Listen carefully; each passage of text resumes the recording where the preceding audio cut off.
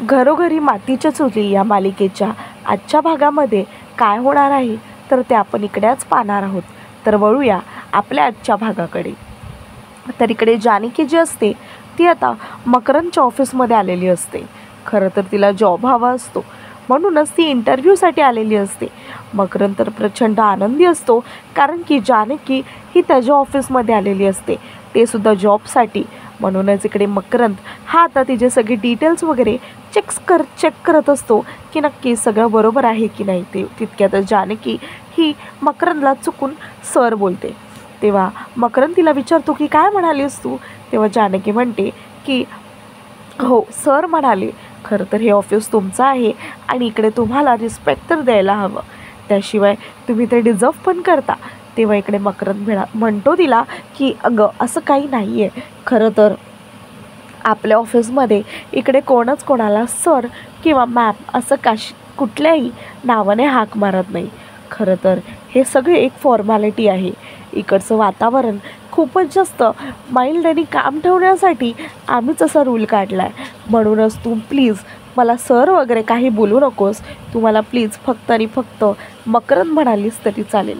तेव्हा जानकी ही म्हणते की ठीक आहे चालेल, काही हरकत नाही, चालेल मी तुला मकरंद असंच हाक मारते. तेव्हा इकडे खरं तर आता जी जानकी असते ती आता मकरंदला ठीक आहे चालेल म्हणते. इतक्यातच मकरंद हा तिला म्हणतो की अगं मला तुला एक गोष्ट सांगायची आहे की तुझी जॉब जी आहे ती आता पक्की झाली आहे. तू उद्यापासून जॉईन हो आणि लवकरात लवकर आमच्या कंपनीमध्ये तू ये, असं म्हणून मकरंद जो आहे तो आता जानकीला गुड न्यूज देतो.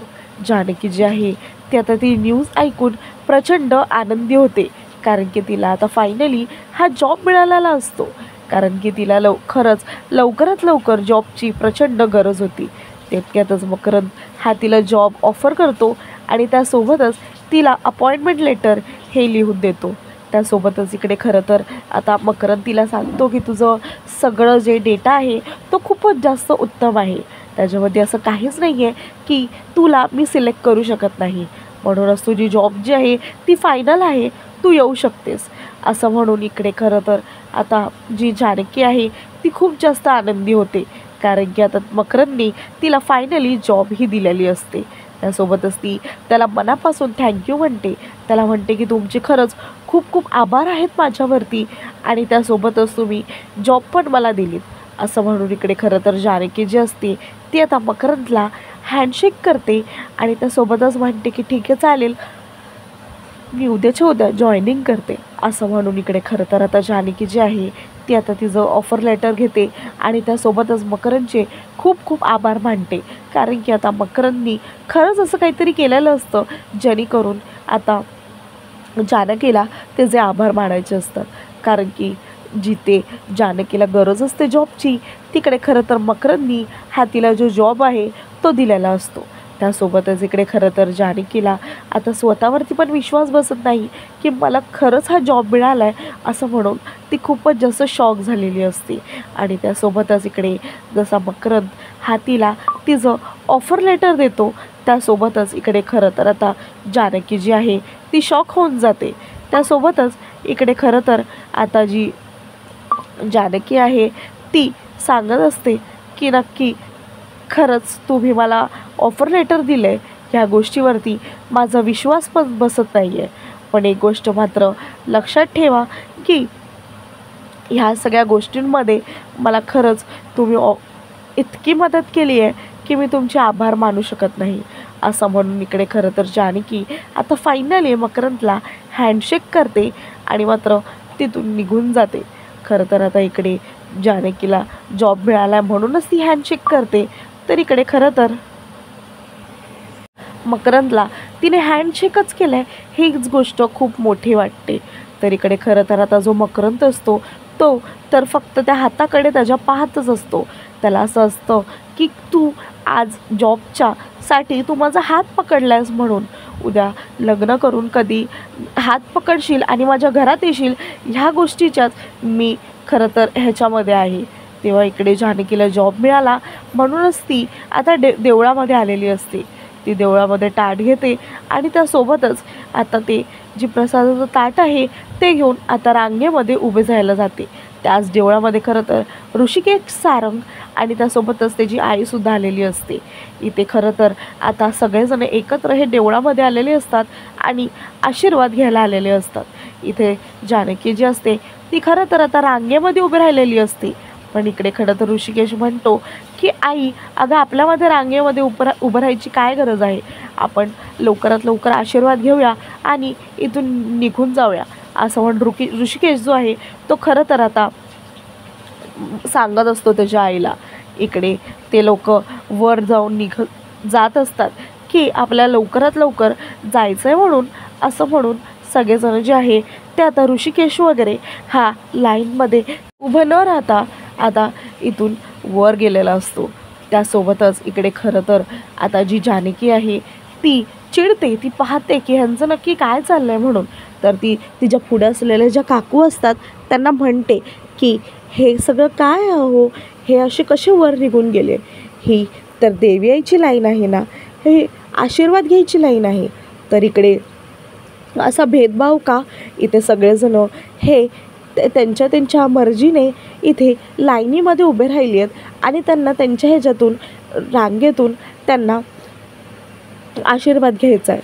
हे लोक एवढे मोठे कोण लागून गेले की ते लोक स्वतःहून आता निघून जातील आणि त्यासोबतच देवी आईची ते लोक आधी मान घेतील.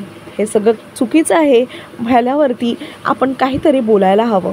असं म्हणून जानकी ही मात्र बोलत असते.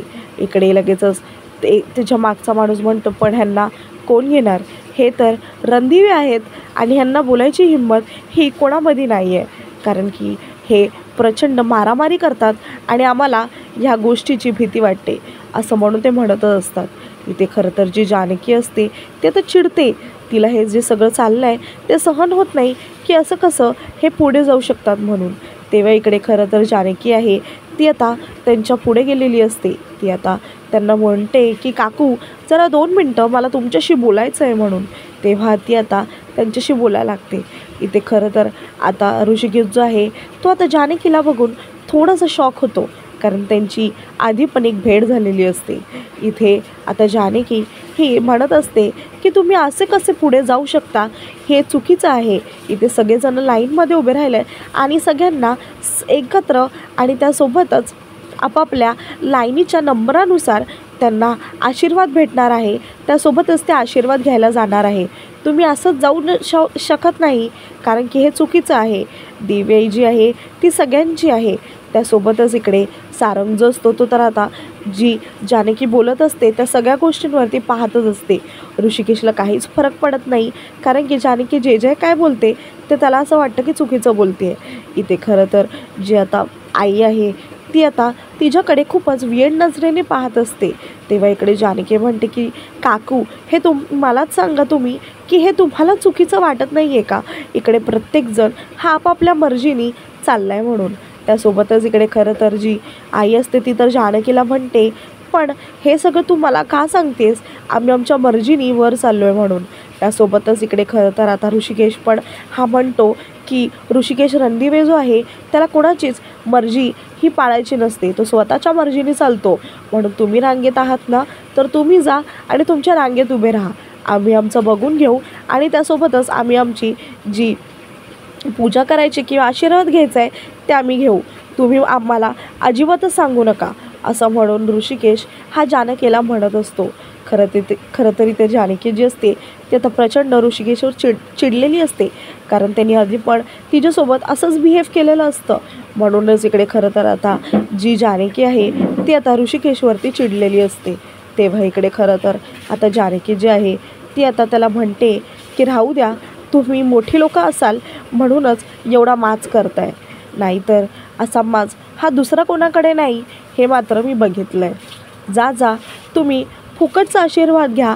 असं म्हणून इकडे खरं तर आता जानकी जी आहे ती आता ऋषिकेशला सांगत असते. ऋषिकेशला म्हणते सुद्धा की हे जे सगळं तुम्ही चालवलं आहे हे चुकीचं आहे, एवढं मात्र तुम्ही आता लक्षात ठेवा. तुम्ही प्रत्येककडे जाऊन हेच सगळं करता आणि हेच सगळं आता खूप जास्त एवढं मात्र तुम्ही लक्षात ठेवा. असं म्हणून जानकी जी आहे ती त्यांची वाट अडवते. पण इकडे आता सगळेजण पाहत असतात की ही जी मुलगी आहे ती सरळ जाऊन त्यांच्याशी भिडायला लागली म्हणून. आणि हे सगळ्यांनाच दिसत असतं की डायरेक्टली हे ऋषिकेश रणदेवीशी जाऊन भिडायला लागले आणि ही गोष्ट खूपच जास्त त्यांच्यासाठी मोठी असते.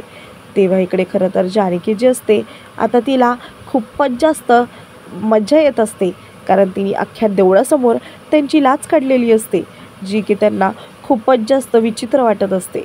इथे जानकी ही ऋषिकेशला म्हणत असते की आता तुम्ही जाऊ शकता, कारण की आता तुमची वाट ही मोकळी आहे, कारण की तुम्हाला पण लाईनमध्ये उभं राहायचा तेवढाच हक्क आहे जेवढा आम्हाला आहे.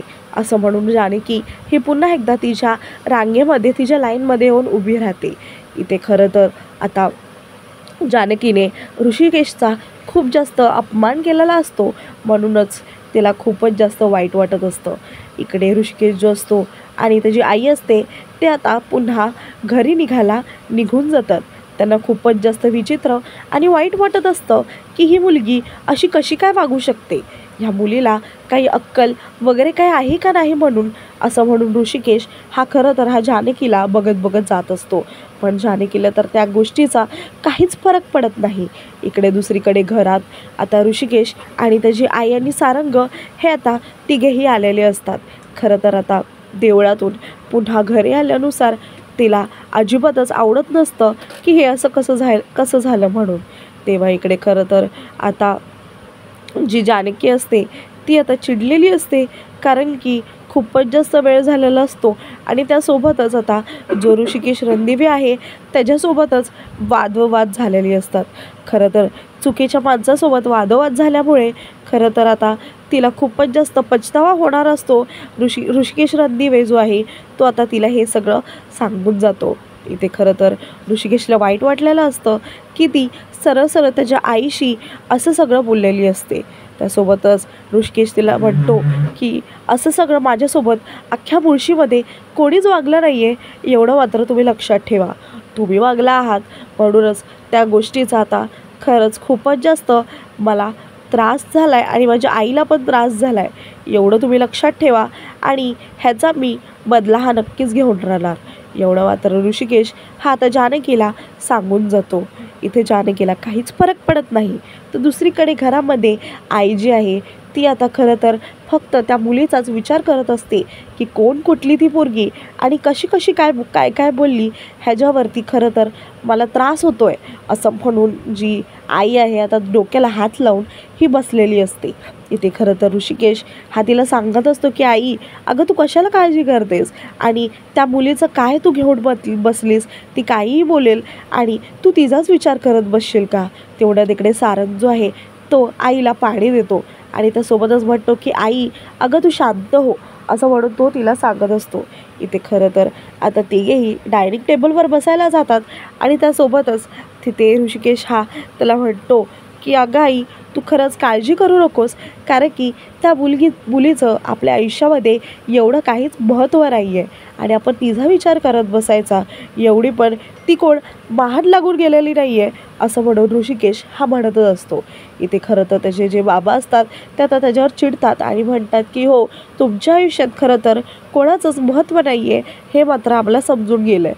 असं म्हणून इकडे ऋषिकेश हा इकडे सारंग जो असतो तो आता ऋषिकेशचं सगळ्या गोष्टी ऐकत असतो.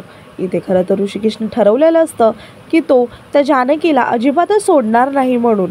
तिने माझ्या आईबद्दल कशी आणि काय बोलली आहे म्हणून. तेव्हा इकडे खरं तर जे बाबा असतात ते आता ऋषिकेशवर चिडतात. त्याला म्हणतात की हे बघ बाबा आता तू परत असं काही करू नको जेणेकरून तू त्या पोरीला काही त्रास होईल म्हणून. त्यासोबतच तुझी आई ही चुकीचंच वागली, तुझी आई ही नेहमी जी आहे ती तुमचीच बाजू घेते, पण कुठेतरी खरं तर ती मुलगी पण बरोबर असू शकते ना, असं म्हणून इकडे खरं तर आई ही बाबाला बोलत असते.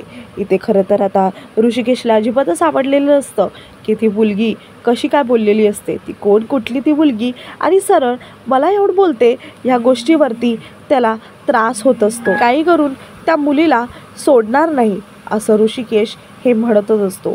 तेव्हा इकडे बाबा जे असतात ते त्याला म्हणतात की हे असंच वर्णन तू अख्ख्या मुळशीमध्ये करून ठेवले म्हणून. ते ऋषिकेशला आता कशाचीच पडलेली नसते. त्याच्या मनामध्ये एकच असतं की काहीही करून त्याला आता फक्त आणि फक्त त्या जानकीला धडा शिकवायचा आहे. पण आबा हे तर मात्र आता त्याच्यावरती चिडलेले असतात, कारण की त्याच्या अशा सगळ्या वागण्याचा सगळ्यांनाच खूपच जास्त त्रास होत असतो. आबा त्याला म्हणतो की आता तू परत असं काही वागणारच नाही आहेस जेणेकरून आम्हा सगळ्यांना खूप जास्त त्रास होणार आहे म्हणून. तर इकडे खरं तर ऋषिकेश हा आईला आता टेबलवर बसून समजवत असतो की आई, तू अजिबातच त्या मुलीबद्दल कुठलाच विचार करू नको. ती मुलगी ही आपल्यासाठी काहीच नाही आहे आणि आपल्या आयुष्यात कोणाचंच काहीच महत्त्वाचं नाही आहे त्या मुलीबद्दल. म्हणूनच आपण तिच्याबद्दल हा विचार करायचाच नाही आणि आपण आपला विचार करायचा, असं म्हणून ऋषिकेश हा त्याच्या आईला सांगत असतो.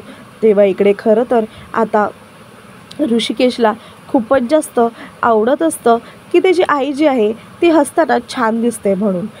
तेव्हा खरं तर आता जी सारंग आहे तो पण त्यांच्यामध्ये मिसळतो आणि त्यासोबतच त्याच्या आई आणि दादाला हसता खेळताना पाहत असतो. ऋषिकेश जो आहे तो आता आईला म्हणतो की आई, तू सगळे तुझे टेन्शन बाजूला सोड आणि त्यासोबतच हे घे, तू तुझा जेवून घे म्हणून. तेव्हा इकडे खरं तर आता जानकी जी असते ती आता काकांच्या घरात पोचलेली असते. ती जशी येते ती काकांना सांगते की मला नोकरी लागली म्हणून. तेव्हा इकडे खरं तर काकांना प्रचंड आनंद होतो. काका म्हणतात की प्रसाद जो आहे तो आधी देवालाच चढव म्हणून आणि मग मला दे, असं म्हणून जानकी जी असते ती खरं तर आता प्रसाद जो आहे तो देवाला चढवते आणि काकांना देते आणि त्यांना ऑफर लेटर दाखवते. तेव्हा इकडे अचानकच काकू येतात आणि म्हणतात. तेव्हा इथे जानकी त्यांना पाहते आणि म्हणते की काकू, हा घ्या माझा प्रसाद. खरं तर पेढा आहे जो मला नोकरी लागला त्या गोष्टीचा आहे. हा खरंच खूप मोठा आनंद आहे आणि सगळ्यात पहिला मी तो तुमच्यासोबत शेअर केला आहे, असं म्हणून इकडे काकूला सांगते. काकू ही आता तिच्यावरती प्रचंड चिडलेली असते, कारण जे काय घडलेलं असतं ते काकूंना अजिबातच आवडलेलं नसतं.